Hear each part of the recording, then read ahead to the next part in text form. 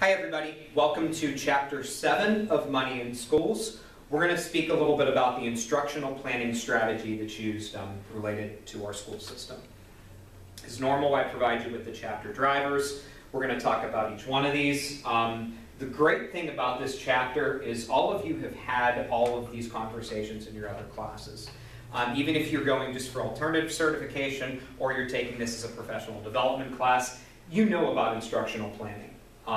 So I'm selective here. I'm only going to talk about the stuff that matters related to the district budget, how schools organize, and that sort of thing as well.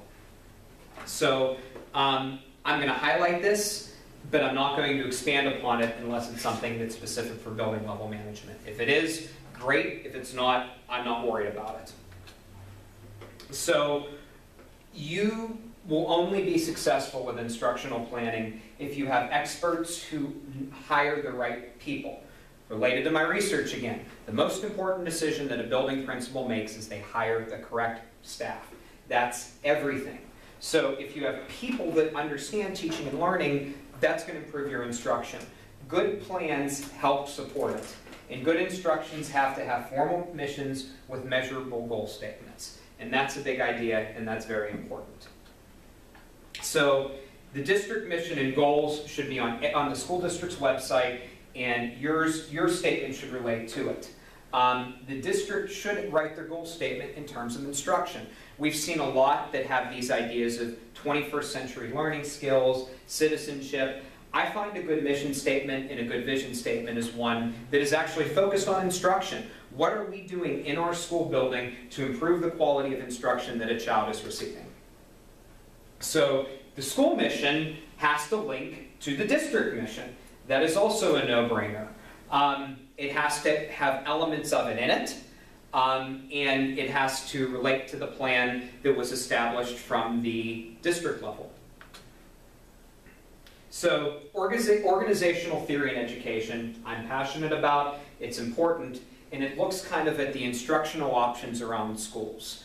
You have to understand that budgeting is going to be different in site-based leadership than it is in centralized leadership. Each organization budgets differently, plans for instruction differently, and some of them will have different opinions on how schools are structured. This will change how you are as a building principal and how you plan for instruction. So schools are organized by centralized structure, management teams, and site-based management. The goal of both of our textbooks is to look at site-based management and say this is what all systems should be. So if you're in a system that uses that structure, that will probably impact you the most as a building principal, so that's something to consider as well. Most larger school districts are centralized. All the decisions come from central office. They budget, they tell you as the building principal what you're supposed to do, and you just do it. This is why the first thing that I wrote in this class was this course is either going to be the most important course you take or the least important course you take. If you are in a centralized structure, you will not make many decisions at all. The district is going to tell you what to do, you're going to smile and nod your head, and your budgeting decisions are going to come in the form of activity funds. When a district is centralized, they'll use program level budgeting. They'll basically tell where what programs are going. The good thing about this is you're not much accountable for things. If there's a mistake, it's at the district level. You don't have to worry about anything. You do what you're told. That's a positive, but you have less autonomy. So I like management teams. I like the fact when you have when you have a good approach, you know, where grade level works.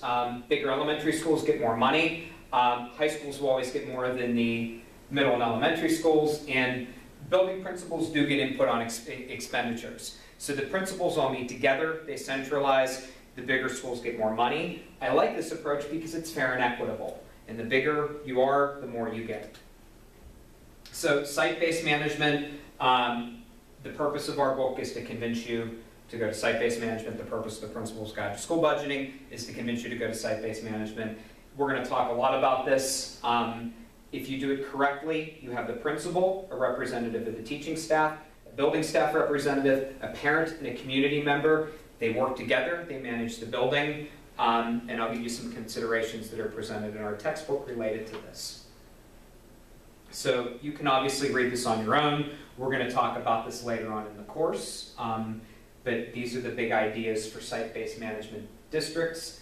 If you're at a charter school or a private school, you really have to understand site-based management because that's essentially what you're doing. So why is this good?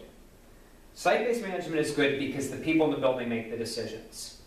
If it's going well, your teachers will stay. Your principals will stay because they have freedom. You make decisions, and if you do something good and you improve the community, chances are it's your community, your building, you're more likely to stay as a building principal, your teachers will stay. It's why there's less turnover in charter schools. And you have to realize that, and it's why our book is saying public schools need to go to site-based management. Why is it bad? It's bad because if you fail, central administration blames you. And it is on you, it is on your head. Sometimes you might have parents, staff members, and community members that overwork you. They have their own different visions and missions, and they outvote you, and you're bound to their decision. You have to find personnel that fit, that are relevant, and that fit within what you need at the site level. And if you have a community member or a teacher representative that wants somebody in there and you don't like them, that can be a problem as well. So instructional budgets are your costs that go directly to students. It's the budget that remains after you get rid of all the non-instructional costs. And salaries and non-teaching supplies lead to what comes with instructional budgets. So 3 revenues help you make instructional decisions. We'll speak about them. External sources, I sound like a broken record, but federal aid comes in for SPED, compensatory education, VOTEC, ELL. State revenue will qualify from this based on the taxation structure, which we looked at when we looked at the first part of the Opening the Door book. And local revenue really will come from your property taxes. District revenue, size matters. Bigger buildings within the district get more money. That's just the way it is.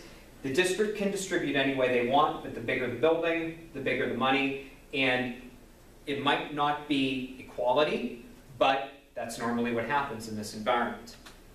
So at the school revenue level, this is the stuff that's done with the activity funds. These are grants, fundraising initiatives, a 3-year grant to hire a technology coordinator, field trips, one-time expenditures. That's kind of where the school revenue sources end up going to. So the environmental scan, this shows you what the elements are available within the school district. This was why I had you do the demographic assignment earlier in the course. This helps you give a portrait of the community. Your building level is done based off of what the district provides you, and it gives you the option for an environmental scan as well. So we give you some planning questions at the school level. What's the mission? What's the goal statement? What's the result of the environmental scan? How can I spend money? And where do I go when I have a budgeting question? And these are all important. So this is it. This isn't complicated because it's just stuff that you could see.